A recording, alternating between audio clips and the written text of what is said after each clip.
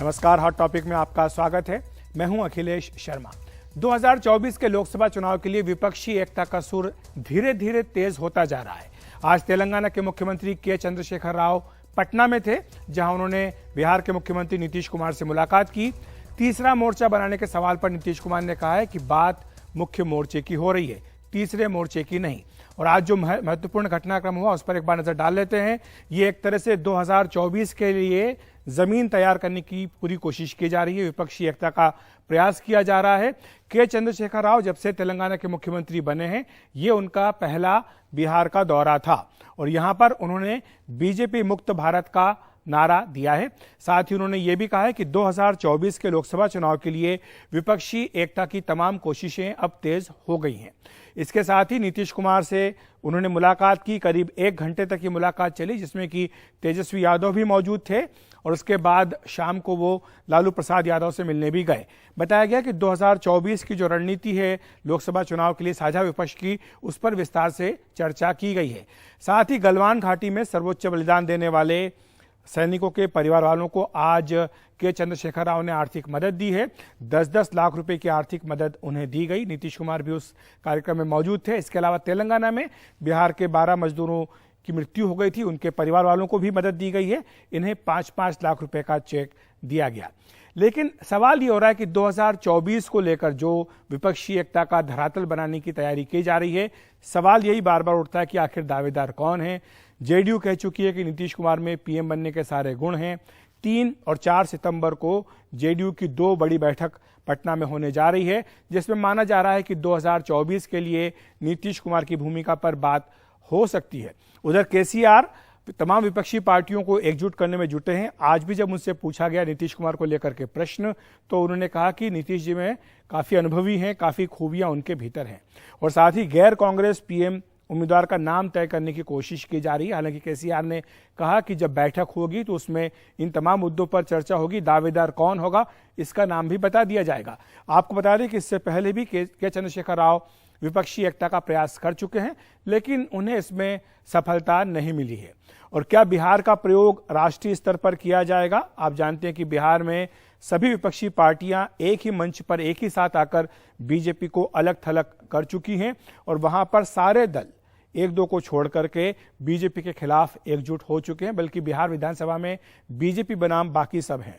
तो ये एक फार्मूला क्या केंद्र में भी लागू हो सकता है, इस पर चर्चा की जा रही है। तीसरे मोर्चे को लेकर एक बार फिर से सुगबुगाहट है। देवेगौड़ा और केजरीवाल से के चंद्रशेखर राव मिल चुके हैं। इसके साथ ही अखिलेश यादव से भी उनकी मुलाकात हुई है। तो क्या नीतीश कुमार तीसरे मोर्चे की अगुवाई करेंगे, ये एक बड़ा सवाल है। इसके साथ ही क्या नीतीश कुमार के नाम पर केजरीवाल सहमत होंगे, क्योंकि आम आदमी पार्टी तो सार्वजनिक रूप से घोषणा कर चुकी है कि 2024 में मोदी बनाम केजरीवाल होगा। और क्या कांग्रेस पार्टी तीसरे मोर्चे के साथ जाएगी, क्योंकि कांग्रेस पार्टी हर बार यही कहती है कि राहुल गांधी प्रधानमंत्री पद के उम्मीदवार हैं। तो ऐसे में कई सारे सवाल है, इस पर हम चर्चा करेंगे। लेकिन इस बीच शरद पवार, जो कि एनसीपी के वरिष्ठ नेता हैं, उन्होंने भी एक फार्मूला 2024 के लिए आज दिया है। उन्होंने ये पीएम नरेंद्र मोदी को हराने के लिए एक फार्मूला आज देश के सामने रखा। इसमें उन्होंने कहा कि अगर मोदी को हराना है तो विपक्ष को एकजुट होना पड़ेगा। यही बात जो के चंद्रशेखर राव, नीतीश कुमार ने आज कही है, वही बात शरद पवार ने भी कही है। उन्होंने ये भी कहा कि कॉमन मिनिमम प्रोग्राम के तहत चुनाव लड़ने पर सभी विपक्षी पार्टियां विचार कर सकती हैं। तो ये पवार का फार्मूला आया है 2024 के लिए। आइए सुन लेते हैं के चंद्रशेखर राव ने क्या कहा है विपक्षी एकता के बारे में और 2024 के लोकसभा चुनाव के बारे में। जितने भी विपक्षी दल है देश में, सारे एकजुट होकर, ताकत जुटाकर, शक्ति जुटाकर बीजेपी मुक्त भारत का नारा देना चाहिए और बीजेपी मुक्त भारत को हासिल करना चाहिए। तभी देश फिर से खड़ा हो सकता है, आगे बढ़ सकता है।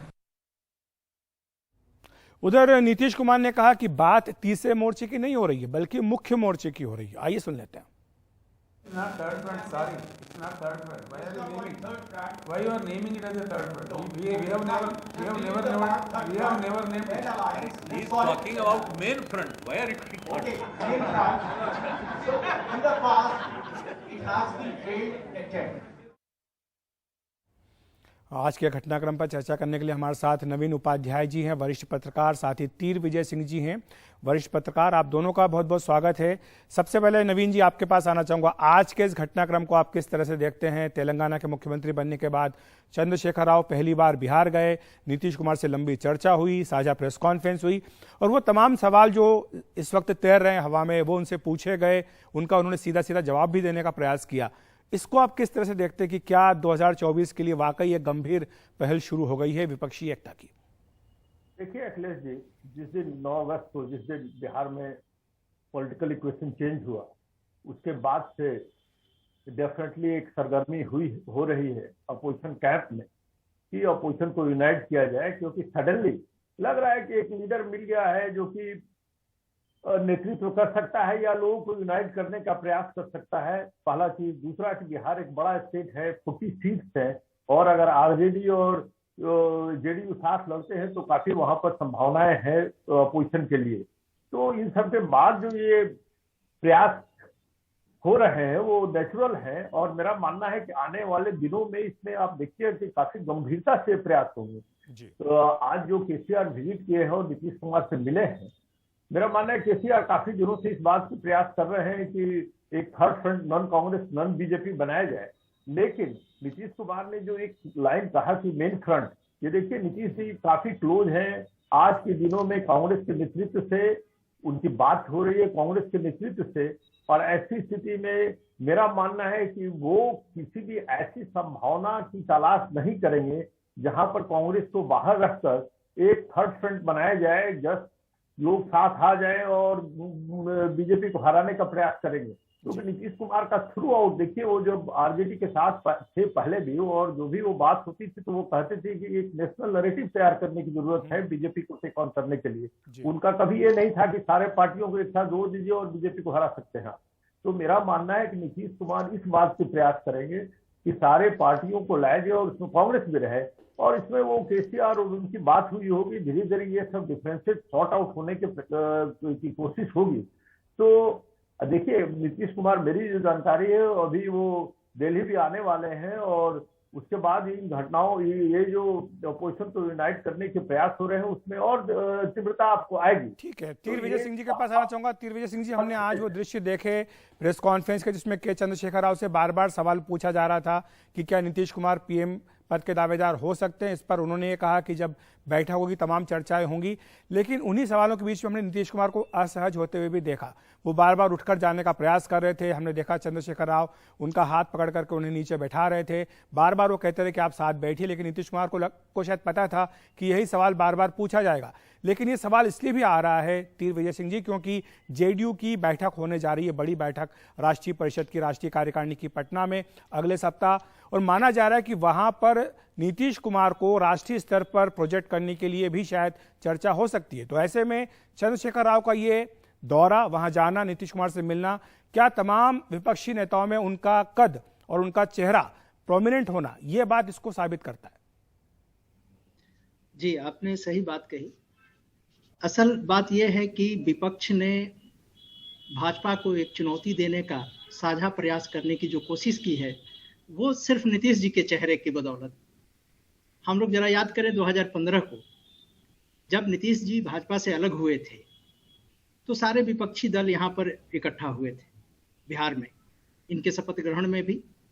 फिर किसी वजह से मुलायम सिंह जी तैयार नहीं हुए, जो भी कुछ बातें हुई केजरीवाल जी, और वो बात वहीं खत्म हो गई। उसके बाद तो ढेर सारी राजनीतिक घटनाक्रम होती रही। इस बार भी विपक्ष को एक लग रहा है कि एक हमारे पास गंभीर व्यक्तित्व का नेता होगा नीतीश कुमार के रूप में, और इनके नाम पर हम जोड़ लेंगे लोगों को। दूसरी चीज, जो नीतीश जी असहज हो रहे हैं, तो नीतीश जी ने, इसकी वजह यह है कि नीतीश जी ने कभी अपने आप को पीएम पद का उम्मीदवार नहीं बताया है। उन्होंने अभी तक बस यही बात कही कि हम विपक्ष के सारे लोग एक साथ मिलकर के भाजपा को चुनौती देंगे। अब प्रधानमंत्री के उम्मीदवार होंगे तो ये तो अब समय बताएगा कैसी चुनौतियां आ रही हैं, कैसी सहमति बन रही है सारे विपक्ष के लोगों के बीच। लेकिन जो नवीन जी ने बात कही, तीर विजय सिंह जी, उन्होंने ये कहा कि चूंकि कांग्रेस के साथ वो हैं और जब ये गठबंधन सरकार बनी है फिर से, तो सोनिया गांधी से भी उनकी बात हुई, राहुल गांधी से भी उनकी बात हुई, वो शायद ये जानते समझते हैं कि कांग्रेस एक प्रमुख विपक्षी दल होने के नाते दावेदार है और इसीलिए वो अपनी ओर से कुछ नहीं कहेंगे इस बारे में। निश्चित रूप से देखें क्या है कि कांग्रेस में कितनी भी बुरी स्थिति है तो हमारे देश की करीब 260 से 270 सीटें ऐसी हैं जहां बिना कांग्रेस कुछ नहीं हो सकता।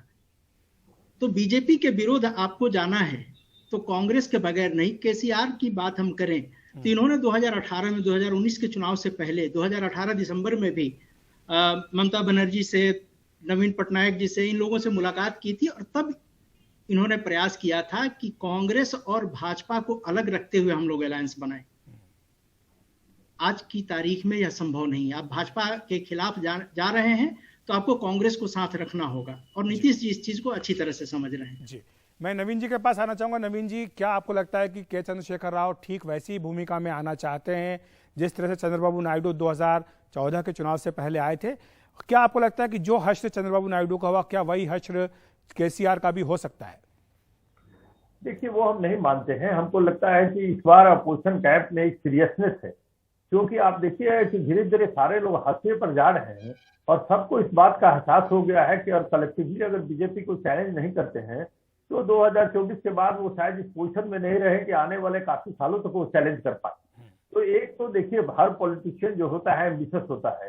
केसीआर काफी दिनों से अपने लिए एक राष्ट्रीय स्तर पर भूमिका तलाश कर रहे हैं। उन्होंने ममता बनर्जी से कई बार बात की, शरद पवार से बात किया, उद्धव ठाकरे से बात किया, काफी क्लोज उनके संबंध है अखिलेश यादव से, अरविंद केजरीवाल से उन्होंने बात किया। वो बार बार दिल्ली आते हैं, कैंप करते हैं।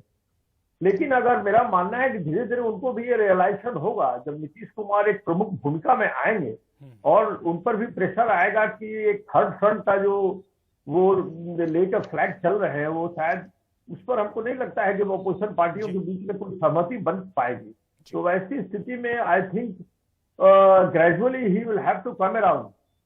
जहां तक मेरी समझ है, एम्बिशन तो सबको रहता है। वो चाह रहे हैं कि साउथ के प्रमुख लीडर के रूप में उभरे वो। हमारी उनके पार्टी के लोगों से भी बात हुई और उनके एम्बिशन हैं, उनके डेफिनेटली उनको एम्बिशन है कि वो प्राइम मिनिस्टर के रूप में प्रोजेक्ट हो सकते हैं। लेकिन ये पॉसिबिलिटी हमको दिखाई नहीं दे रही है अभी तक, अगर सच पूछिएगा तो। मेरा अपना मानना है। माफी चाहूंगा मेरे पास समय की कमी है। आपका शुक्रिया हमारे साथ जुड़ने के लिए। तीर विजय सिंह जी, आपका भी बहुत बहुत धन्यवाद हमारे साथ जुड़ने के लिए, विस्तार से समझाने के लिए कि के चंद्रशेखर राव की आज जो बिहार की यात्रा हुई है, नीतीश कुमार से मुलाकात हुई है, इसके क्या राजनीतिक मायने और क्या किस तरह से ये 2024 के लिए विपक्षी एकता की नींव रख पाएगा या नहीं। फिलहाल हॉट टॉपिक में एक ब्रेक।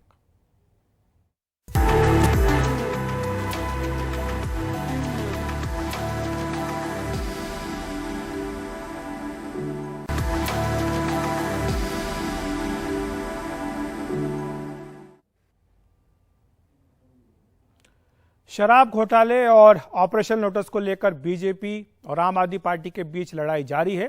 दिल्ली के सभी 7 बीजेपी सांसदों ने उपराज्यपाल को चिट्ठी लिखकर ऑपरेशन लोटस के आरोपों की जांच की मांग की है। वहीं आम आदमी पार्टी ने देश भर में ऑपरेशन लोटस का आरोप लगाते हुए सीबीआई जांच की मांग की। दिल्ली के सीएम अरविंद केजरीवाल ने यह कहा कि डिप्टी सीएम श्री मनीष सिसोदिया और दूसरे जो आपके नेता हैं उनको भारतीय जनता पार्टी ने खरीदने की कोशिश की। पब्लिक डोमेन में की गई इन बातों को हम बहुत गंभीरता से ले रहे हैं। जब किसी को कॉल आता है तो वो छुप नहीं सकता। अब समय आ गया है कि यह फैसला हो जाए कि किसका कॉल आया या कौन व्यक्ति आपके पास आया या कौन मैसेज लेके आया। इन सारी बातों का दिल्ली के हम 7 सांसद भारतीय जनता पार्टी के इसका जवाब चाहते हैं और इसकी जब तक जांच नहीं होगी तब तक हम सत्य तक नहीं पहुंच पाएंगे। और जांच भी ऐसी वैसी नहीं होनी चाहिए, जांच फॉरेंसिक होनी चाहिए। आज ऑपरेशन लोटस पर एक जांच की जरूरत है कि आखिरकार इतना सारा पैसा भारतीय जनता पार्टी कहां से लेकर आ रही है। ये जो पेट्रोल और डीजल के बढ़ते हुए दाम हैं उससे जो आने वाला पैसा है उसको भारतीय जनता पार्टी डाइवर्ट करके ऑपरेशन लोटस में खर्च कर रही है। हॉट टॉपिक में इतना ही। नमस्कार।